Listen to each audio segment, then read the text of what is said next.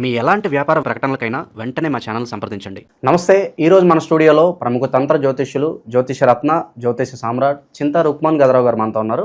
So గురువు గారితో మాట్లాడేద్దాం. నమస్కారం గురుగారు. మాతృదేవోభవ, పితృదేవోభవ, ఆచార్య దేవోభవ. ఓం నమో మాందీశ్వరాయ నమః. గురుగారు, ఆగస్టు మాసం, విశేషంగా శ్రావణ మాసం, మేషరాశి వారి పరిస్థితి ఎలా ఉండబోతుంది? ఎస్పెషల్లీ ఏళ్ళనాటి శని తాలూకు ఇంపాక్ట్ అనేది ఈ ఆగస్టు మాసం ఏమన్నా వీళ్ళ మీద చూపిస్తుంది అంటారా? ఓవరాల్గా ఎలాంటి జాగ్రత్తలు తీసుకుంటే బాగుంటుంది అంటారు? 2025 ఆగస్టు మాసం మేషరాశి ఫలితాలు చెప్పిన ముందు సహజంగా మేషరాశి వాళ్ళ గురించి, వాళ్ళ సహజ సిద్ధమైనటువంటి స్వరూప స్వభావాల గురించి మనం మాట్లాడుకుంటే, మేషరాశి వాళ్ళకు ప్రస్తుతం ఏళ్ళనాటి శని ప్రస్తుతం జరుగుతున్న గోచారంలో కన్ఫ్యూజన్లో ఉంది. అంటే శని వక్రించేసాడు. వక్రించినప్పుడు గ్రహం ఏమవుతుంది, రివర్స్లో ఉన్నప్పుడు వ్యయస్థానము, లాభస్థానము రెండింటిపైన ప్రభావం ఉంటుంది. అంటే గ్రహం వెనక్కి తిరిగిందంటే ఆ రాశి పైన ప్రభావం ఉంటుంది, అంటే వ్యయస్థానం పైన ప్రభావం ఉండదు. ఆ రాశి పైన ప్రభావం ఉన్నా కానీ అది వక్రించి వెళ్తా ఉంది కాబట్టి దానిపైన కూడా కరెక్ట్గా కాన్సన్ట్రేషన్ ఉండదు. అంటే కాన్సన్ట్రేషన్ లేకుండా ఉన్నట్టు వక్రించిన గ్రహం కాబట్టి ఇక్కడ ఏళ్ళనాటి శని ప్రభావాన్ని ప్రస్తుతం మనం ప్రస్తావించుకోవాల్సిన అవసరమే లేదు. అది పనిచేయనట్టే లెక్క. ఒకవేళ ఆయన వక్రించకపోయినా కానీ ముంచుకొని పోయింది ఏం లేదు. ఎందుకంటే మేషరాశికి వ్యయస్థానము మీనం అవుతుంది. మీనము అంటే మీనరాశి అంటే సముద్రము. అక్కడ శని వచ్చినాక వక్రించకపోయినా కానీ అన్కంఫర్ట్గానే ఉంటాడు. సముద్రంలో ఆయన కంఫర్ట్గా ఉన్నాడు. ఇప్పుడు కుంభము భూరాశి, భూమిపైన ఉన్న వ్యక్తి ఒకసారి సముద్రంలోకి వెళ్ళాడంటే ఇక్కడ ఉన్నంత కంఫర్ట్గా ఉండలేడు. ప్లానెట్గానే అంతే పరిస్థితి. ఒక విధానం గందరగోళ పరిస్థితి ఉంటుంది. కాబట్టి మేషరాశికి ఏళ్ళనాటి శని పేరు చెప్పుకుని భయపడి బెంబెలెత్తుకోవాల్సిన అవసరం అయితే ఏమీ లేదు. ఇక వీళ్ళ యొక్క సహజ సిద్ధమైనటువంటి పరిస్థితి మనం ఆలోచిస్తే, ఇప్పుడు వీళ్లకు ఇప్పటి వరకు పెండ్లి కాకుండా ఉన్న వాళ్ళు, అంటే లేట్ మ్యారేజెస్ 25, 30 దాటిన వాళ్ళు ఉంటే వివాహం చేసుకుని బలం పెరిగింది. అదేవిధంగా ఇప్పటి వరకు చేస్తున్న ప్రయత్నాలు చేసి వీళ్ళు ఫెయిల్యూర్స్ ఎక్కువ చూస్తారు. వీళ్ళు ఫెయిల్యూర్స్ అయ్యే దాంట్లో సక్సెస్ అవుతారు. అదే వీళ్ళకి సక్సెస్ అవుతారు, సక్సెస్ అయిపోతారు జీవితంలో. అంటే వీళ్ళు దేంట్లో సక్సెస్ అవుతారంటే ఫెయిల్యూర్స్ అయ్యే దాంట్లో సక్సెస్ అవుతారు మేషరాశి వాళ్ళు. ఎక్కువ ఫెయిల్యూర్స్ చూసినా మళ్ళీ వెనక్కి రారు. వీళ్ళు మళ్ళీ ఇంకో దాన్ని ట్రై చేస్తారు. అంతటా ఆగిపోరు. ఇంకోటి చూస్తుంటారు. సక్సెస్ అయిందనుకో మళ్ళీ ఫెయిల్యూర్ అయితేనే ముందుకు పోతారు. సక్సెస్ అయితే ఇంక పోకుండా ఉంటారు. వీళ్ళు ఇంకా స్పీడ్కి పోతారు. గతంలో కూడా మీరు చెప్పారు వీళ్ళ సక్సెస్ వీళ్ళ ఫెయిల్యూరు పక్క వాళ్ళకి బాగా ఉపయోగపడతారని చెప్పి మీరు గతంలో ప్రస్తావించడం జరిగింది. కాబట్టి ఇప్పుడు వీళ్ళల్లో 30 సంవత్సరాలు దాటిన వాళ్ళు ఉంటే మ్యారేజెస్ ఇప్పుడు చేసుకోవచ్చు. అంటే వీళ్ళు ఇప్పుడు పరిపక్వతగా సెలెక్ట్ చేసుకుంటారు. కట్నానికి ప్రాధాన్యత ఇవ్వాలన్నా, అమ్మాయి అందానికి ఇవ్వాలన్నా, ఆస్తిపాస్తులకి ఇవ్వాలన్నా, లేదు ఆ అమ్మాయి నాలెడ్జ్కి ఇవ్వాలన్నా, దేనికి ప్రాధాన్యత ఇవ్వాలో దానికి ఇస్తారు. అంటే వీళ్ళు పడిలేసినటువంటి సాధక బాధకలు అదే స్థాయిలో బాధలు పడినటువంటి కొంచెం బాధలు పడిన అమ్మాయిని దొరికితే మనకు బాగుంటుంది, అదే ఆస్తిగా భావిస్తారని అర్థం. అంటే మెచ్యూరిటీ లెవెల్స్ ఎక్కువ చూస్తారు. అందుకే మేషరాశి వాళ్ళకు లేట్ మ్యారేజ్ చేసుకుంటే సక్సెస్ అని చెప్పింది. నేను ఇంతకుముందు కూడా ఒకసారి చెప్పాను. తొందరగా పెళ్లి చేసుకుంటే డిస్టర్బ్ అయిపోతారు. సో వీళ్ళకి మెచ్యూరిటీ ఉండదు. ప్లస్ వీళ్ళకి మేషరాశి అంటే తల స్పీడ్ ఎక్కువ. మేనరకం చేసుకోకూడదు, లవ్ మ్యారేజ్ చేసుకోకూడదు అని చెప్పాను. ఇప్పుడు లేట్ మ్యారేజ్ అన్నప్పుడు ఏముంది, వీళ్ళు ఆల్రెడీ లవ్ మ్యారేజ్ చేసుకున్నట్టు ఫెయిల్యూర్ అని చూసుంటారు. మేనరికాలు చేసుకున్న ఫెయిల్యూర్ అని వాళ్ళు వీళ్ళు చూసుంటారు. ఇప్పుడు మనం విజ్ఞానం ఇస్తున్నాం, మేషరాశి వాళ్ళు మేనరకం చేసుకోకూడదు, లవ్ మ్యారేజ్ చేసుకోకూడదని. దీన్ని చూసిన వాళ్ళు కూడా అలర్ట్ అవుతారు. కరెక్టే, మన ఊర్లో వాళ్ళు మేషరాశి చేసుకున్నాడు, మన ఊర్లోనే చేసుకున్నాడు మేనరికం, ఇట్లా కంపేర్ చేసుకుంటారు. కాబట్టి ఇప్పుడు వీళ్ళు సెలెక్ట్ చేసుకునేది మెచ్యూర్గా సెలెక్ట్ చేసుకుంటారు. మంచి వివాహం అవుతుంది. లైఫ్లో ఎటువంటి ఇబ్బంది లేకుండా ఏమైనా సరే సమన్వయం చేసుకోగలుగుతారు. అది వీళ్ళకి ఇప్పుడు ప్లస్ పాయింట్. లాభంలో రాహు బాగా యోగిస్తున్నాడు. 3వ గురువు. వీళ్ళు చేసే ప్రయత్నాలు మెచ్యూర్డ్గా ఉంటాయి ప్రయత్నం అనే స్థానంలో. ఇంకా 4వ బుధుడు మరి అంత దోషకారేం కాదు. 6వ ఇంట్లో కుజుడు వీళ్ళకి బెనిఫిట్. రాశిని చూస్తాడు.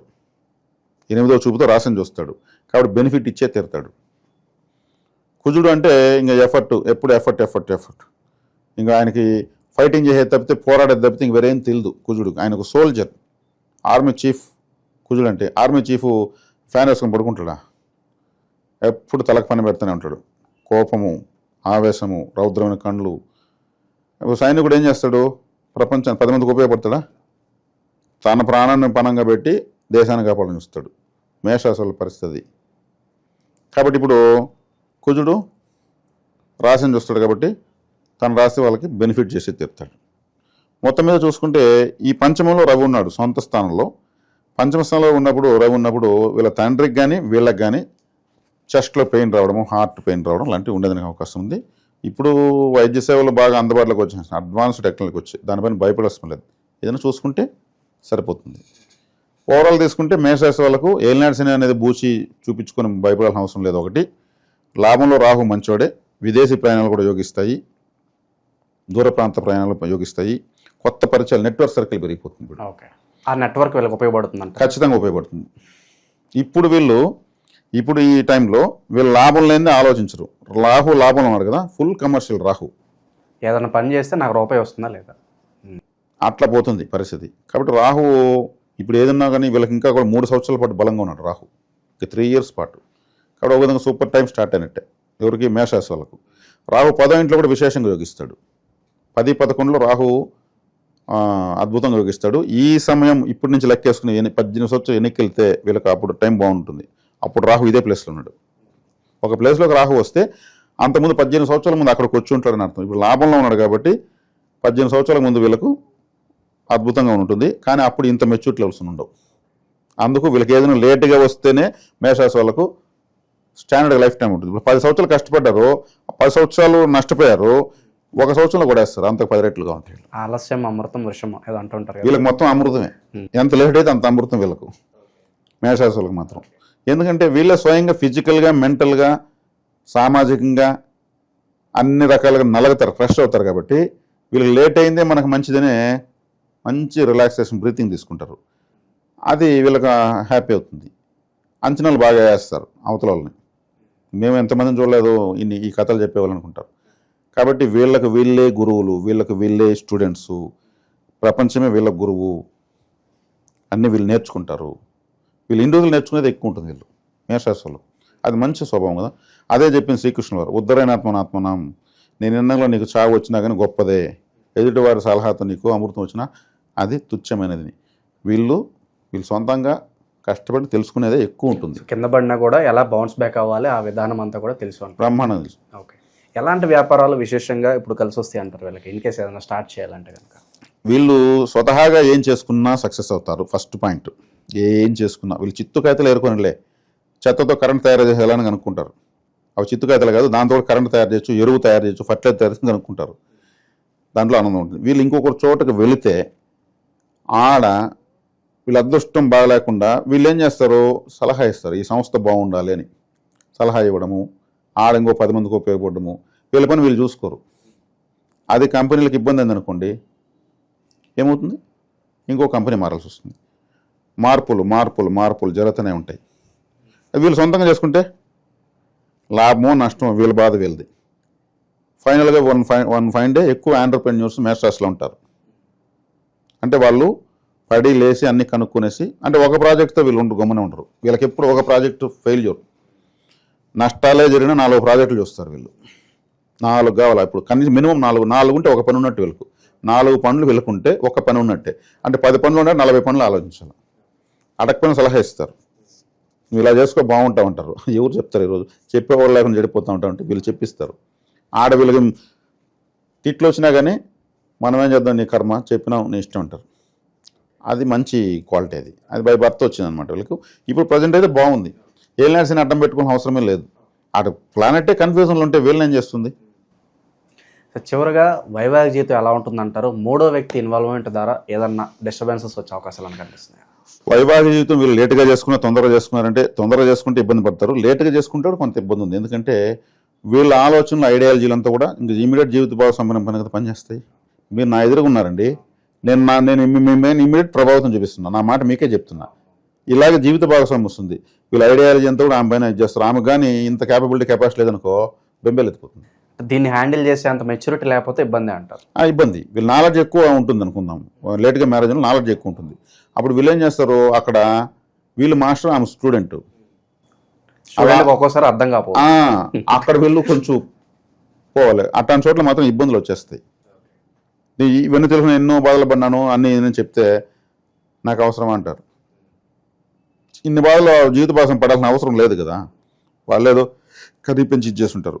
కాబట్టి ఇది మనం చెప్పించడం ఎందుకంటే వీళ్ళని ఎగతాళి చేయడం కాదు, వీళ్ళ మెచ్యూరిటీ లెవెల్స్ తగినట్టు వీళ్ళ జీవిత భాగస్వామిని వీళ్ళకి అనుగుణంగా మార్చుకునే మెచ్యూరిటీ చూపించుకుంటారని చెప్పడం అంతే, ఇంకేం లేదు. ప్రజెంట్ శనిగ్రహం వీళ్ళ ఏం చేయలేకపోయినప్పటికీ కాస్త ఆ అనుకూలత రావడానికి శనికి సంబంధించి పరిహారాలు ఏదని చెప్తారా వీళ్ళకి ఏమన్నా? శనికి సంబంధించి మనం పరిహారాలు చెప్పాలంటే ఇప్పుడు మీన రాశిలో శనేశ్వరుడు ఉన్నాడు. మీన రాశి అంటేనే నష్టం, వ్యయస్థానం. వీళ్ళకు వ్యయము అన్నప్పుడు ఏమవుతుంది, అది మీనరాశి అంటే చేపలు, రెండు చేపలు ఎలా ఉంటాయి, ఒకటి పైకి ఒకటి కిందకు ఉంటాయి. మీనం అంటేనే చేప అని అర్థం. కాబట్టి వీళ్ళు ఏలాంటి మీనంలో శని ఉన్నప్పుడు చేపలు తినకపోవడం బెటర్. అంటే ఆ జీవకారకత్వాన్ని, నష్టంకి సంబంధించినటువంటిది వీళ్ళు తీసుకోకపోవడం బెటరు. అదే చేపల్ని మార్కెట్లో ఒక కత్తిరించి అమ్ముతూ ఉంటాడు కదా, 1 కేజీ చేపలు తీసుకుని నీళ్ళలో వదిలేయచ్చు, దానికి ప్రాణాన్ని ఇవ్వచ్చు. తత్సంబంధ జీవకారకత్వాన్ని కేజీ కాదు, ఒక చేపను బట్టి నీళ్ళలో వదలండి, అది ఆడుకుంటూ వెళ్ళిపోతుంది, అది చేయొచ్చు. అంటే నష్టానికి సంబంధించిన దాన్ని మనం ఏం చేస్తున్నాము, అనుకూలంగా మారుస్తున్నాము. ప్రత్యక్షంగా ఒక చేపను బట్టి ప్రాణాలు ఇస్తున్నాము. దాన్ని మనమే నోటితో కొరికి తినకుండా ఆ నష్టము అనేటువంటి ఆహారాన్ని తినకుండా ఉన్నాము. మధుర మీనాక్షి ఆలయానికి వెళ్ళి రావచ్చు, ఆమె కూడా గ్రీన్ కలర్లో ఉంటుంది. కాబట్టి ఆ మధుర మీనాక్షి ఆలయ సందర్శనం చాలా మంచిది. చేపలను బట్టి నీళ్ళలో వదలడం మంచిది, చేపలు తినకపోవడం మంచిది. ఈ శనేశ్వరుడు సముద్రంలోనే ఉన్నాడు కాబట్టి చేపలు పట్టే వాళ్ళకు, పడవ నడిపే వాళ్ళకు, చేపలే కత్తిరించి జీవితంగా అమ్ముకొని బతికే వాళ్ళకు ఏదైనా హెల్ప్ చేయొచ్చు. తత్సంబంధ ఆ రాశి జీవకారకత్వ సంబంధమైనటువంటి సర్వీసు, సేవ, పరిహారం చేసుకోవచ్చు. ఓకే, ఓవరాల్గా మేషరాశి వాళ్ళకి మంచి బూస్టింగ్ అయితే ఇచ్చారు. ఓవరాల్గా వీళ్ళ స్థితిగతులు ఎలా ఉండబోతున్నాయి అనేది అద్భుతంగా వివరించారు. ధన్యవాదాలు. ధన్యవాదాలు.